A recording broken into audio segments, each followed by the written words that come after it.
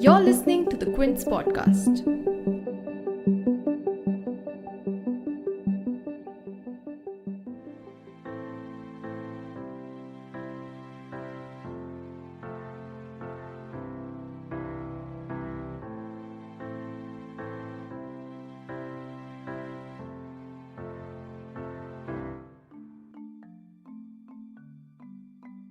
Armies of locusts are swarming across western India in alarming numbers through farmlands and urban settlements, destroying any patch of green that they can find in their path. In the past few days, in what is said to be one of the worst locust outbreaks in India in the last 26 years, an unusually big swarm of locusts have been flying through Rajasthan and also in places that it's not been sighted in previously, like Madhya Pradesh and also the Vidarbha region of Maharashtra. So what kind of damage can these pests bring? What measures are we taking to control the outbreak? And what kind of environmental changes have triggered this untimely, unusually big swarm of locusts to attack India? You're listening to The Big Story, the podcast where we dissect the headline making news for you. And I'm your host, Shorbury.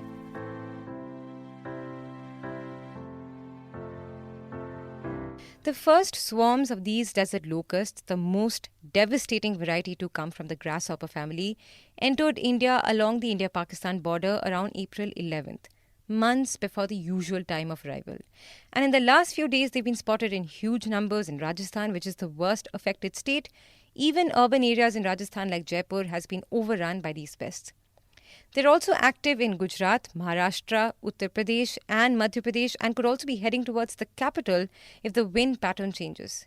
If you've seen photos or videos on social media, they had covered possibly every inch of trees and land that they could find. We spoke to Manoj Ahirwar, an agricultural scientist at the Krishi Vigyan Kendra in Madhya Pradesh, who talks about what kind of damage they've caused so far.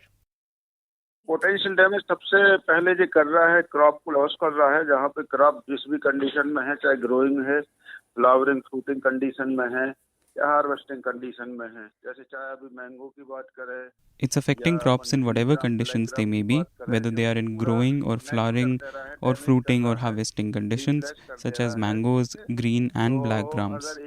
The pests are damaging it and making the plantations leafless. Government officials are spraying pesticides wherever the swarms are headed towards right now. कि जहाँ-जहाँ टिड्डी दल जा रहे हैं, वहाँ पे government के employ with team के साथ में, मशीनरी के साथ में, केमिकल के साथ में उन पे स्प्रे करवा रहे हैं. But was the swarm able to cause widespread damage in India so far? Well, not really, considering that the rabi crops have already been harvested. We also had prior warnings from the Locust Warning Organization of India, and I asked Mr. Ahirwar what kind of measures the government officials have been taking on that. He said that the officials have been tracking the direction of the swarm's movement, alerting district authorities, and he also said that authorities have managed to break up the swarms to an extent.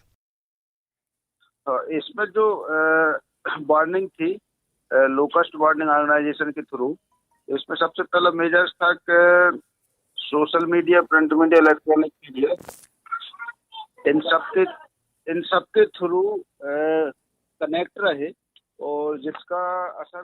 After the Locust Warning Organization flagged it off, we have been trying to alert people through social media, print media and digital media, and we have been keeping an eye on its movements and been spraying those areas with insecticides.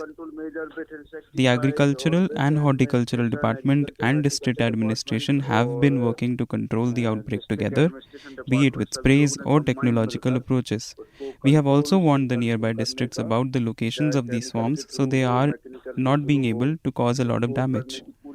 And the spraying of insecticides have broken up the swarm into smaller groups. So long they keep moving, they will continue to pose a threat. But when they stop moving, they will only damage the area that they are in. और बीच-बीच में insecticide दवाइयों का spray वगैरह हो रहा है, उससे भी बहुत सारा जो टिड्डी दल है वो छोटे-छोटे ग्रुप में बट गया. नहीं, अभी जैसे मूवमेंट जब तक उनका चल रहा है, ठीक है, तब तक खतरा है वहाँ पे. जैसे जहाँ-जहाँ वो मूवमेंट जा रहा है, जहाँ वो रुक जाएंगे, फिर उसके बाद नेक्स्ट वाले एरिया को खतरा नहीं होगा. सिर्फ उसी एरिया जहाँ वो रुके रहेंगे ना, उसी एरिया को डैमेज करेंगे. मतलब But does that mean that we can eliminate potential threats in the coming months? Well, if left unattended, they can breed after monsoon and be ready to attack the kharif crops like maize, millets, beans, etc. An adult female locust lays about 80 to 90 eggs thrice in a 3-month cycle under favorable humid conditions after monsoon. And with that rate of growth, a square kilometer of land could have up to 40 to 80 million locusts in a swarm. We could also see more locust waves, possibly worse than the current one, until early July after the breeding season. And the Food and Agricultural Organization of the United Nations estimates its size to be around 1.9 trillion locusts. And they've also warned that the swarms pose a quote-unquote severe risk to India's agriculture this year. And that could not only damage the supply chain that is already weakened by the lockdown, but also devastate farmers who are already badly hit by the pandemic. Obviously, historically, locusts have posed a threat to crops, even perhaps in biblical times, and there's good reason to be worried. Locusts aren't picky eaters. Almost any fresh crop, any greenery, flowers, fruits is food for them. And they can eat food up to their own weight every day, that is about 2 grams. To give you some perspective, according to the UN, a 1 kilometer size swarm roughly contains 40 million locusts, and that could eat the same amount of food as about 35,000 people in one single day.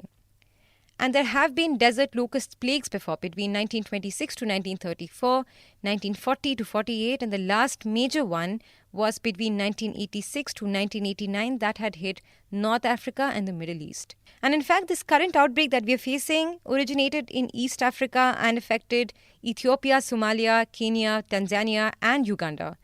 And effects to control it hasn't been successful yet. Even the UN has appealed for $138 million to tackle the escalating crisis. But are locust outbreaks new to India? No, and that's not really the reason that's causing the alarm. Normally, they're spotted in western Rajasthan and Gujarat between June to November in small or isolated groups. The current concern, however, is that they not only attacked before time, but also came in a bigger swarm which could breed and trigger a second wave. Isolated, they're not really a threat, but prolonged monsoons and heavy cyclones provide favorable conditions for their breeding, like I've already said before. And as their population increases, they enter what is called the quote-unquote gregarious state, when they find themselves inclined to disperse in a swarm and find food. Then they start traveling great distances, covering up to 150 kilometers daily by following the wind, and destroy large hectares of croplands in days. Now remember, the 2019 North Indian Ocean cyclone season was the most active ever recorded. India also has had an unusual monsoon season in 2019, which lasted a month longer than normal. And that, if you remember, had caused extensive flooding and the highest level of monsoonal rain in 25 years. We spoke to Dr. Roxy Matthew Cole, a climate scientist, and he explains how global warming and changing environmental conditions triggered this early visit and this unusually large swarm. The outbreak started after the warm waters in the western Indian Ocean during the late 2019 last year fueled storms and substantial amounts of rains over East Africa and the Arabian Peninsula. These warm waters were caused by a phenomenon called the Indian Ocean dipole, where we have the warmer than usual waters to the west of the Indian Ocean and cooler waters to the east. And rising temperatures due to global warming amplified this phenomenon, the dipole, and made the western Indian Ocean unusually warm, resulting in this unusual number of storms and rains over East Africa, which might have triggered the locust outbreak. Now, similarly, the pre-monsoon rains during March to May over India were in excess, especially over the northern parts of India.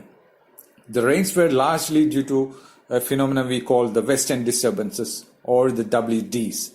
WDs are low-pressure systems that originate over the Mediterranean region, interestingly, and propagate eastward with the help of the fast-moving winds in the upper atmosphere.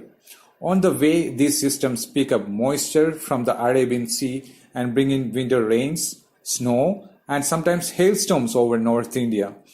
This year, we had a larger than usual number of WDs active over India. So generally, we have 4 to 6 systems a month bringing in some rains. Some of them bring in rain, some of them don't. But this time, we had more of these systems. The rains trigger the growth of vegetation in arid areas in North India where desert locusts can grow and breed. So the locusts might have found greener pastures. Let me also tell you that this outbreak that originated in Africa came on the heels of a year marked by extreme droughts and floods in the affected areas. So can we be expecting a second wave in the coming months? Well, we cannot eliminate the possibility, but Dr. Cole says that heavy showers could destroy their population. The India Met Department has forecasted a normal monsoon this year. Will the locusts survive the monsoon rains? I guess continuous rains can ruin the locust eggs. So I don't expect to see the locust swarms continuing into the monsoon agriculture season.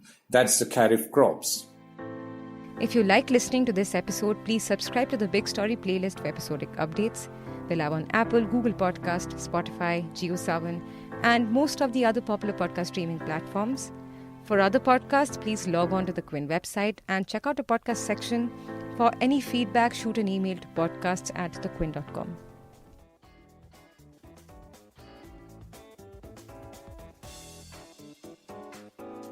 Thanks for listening. Log on to the Quint's website and check out our other podcasts.